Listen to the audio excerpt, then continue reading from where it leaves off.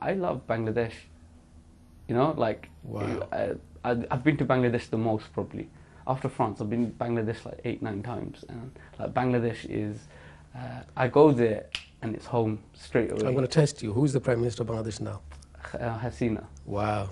Yeah, you can That's test me good. on all No, of no, no, no, that, because but you said. yeah. But it's not for her I go. There's Okay. Okay, no, definitely no, I'm not just for her saying. I I'm go just, to I'm just putting Bangladesh. you on a test to see if you. I go, all my dad's family is there, and it's just beautiful. Like, we go there, and on the first day that they hear we're here, they'll walk a couple miles out of the village to come to the bazaar, to come just sit on a bed with us and just chat for the whole night. And these are my dad's cousins, they're in their 50s, 60s, and they will come just to chat the whole night through. And it's amazing. You wake up in the early morning, you make the most of your day, you eat great food.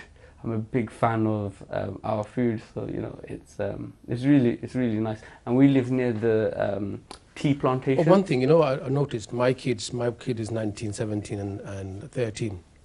If you ask them, let's go to Bangladesh, they will say, no, no, no, I'm not going.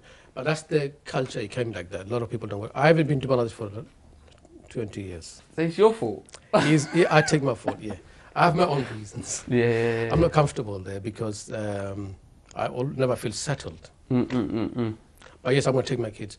What would you advise with the young people, especially you as a teacher? What would you say to them? Okay, so it's really interesting. If you see Bangladesh as a Brit, then you'll always become, because it's weird. Bangladesh is growing up in Britain. They don't think of Bangladesh as an interesting place to visit or a holiday destination. They think of it as we have to go because of family. Whereas other people that visit it go, oh, okay, there's all these beautiful things to see there. There's all this history. There's all of this. And actually, just by traveling around, I realized that Bangladesh has so much to offer. The other thing that happens is, like Bangladesh, yes, sometimes you're forced to go because your parents are telling you to go. It's not like, oh, I'm going to go Dubai or I'm going to go Maldives or whatever it is.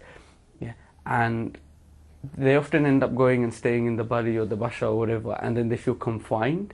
And actually, it's a place where you can really explore.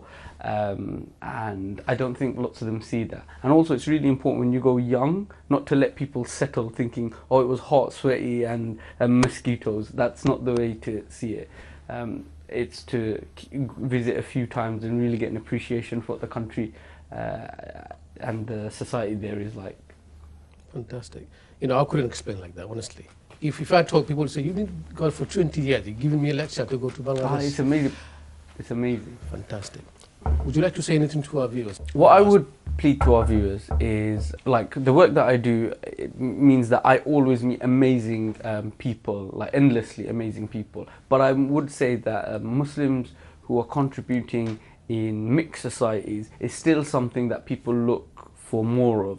Especially the non-Muslims, they're really looking for more Muslims to become part of everyday things. I think we're really good at doing things with ourselves, but so that's not usually enough, and that's why we're finding lots of these challenges. So contribute whichever way it is. If you're gonna write, if you're gonna do public speaking, if you're gonna teach kids, if you volunteer, do it in places where it's quite unusual. Do it like this man does here. Always meets people that are not Muslim and doesn't necessarily talk about faith, but talks about normal things. So we don't always get put into one little jar and here's the Muslims, put them all in here.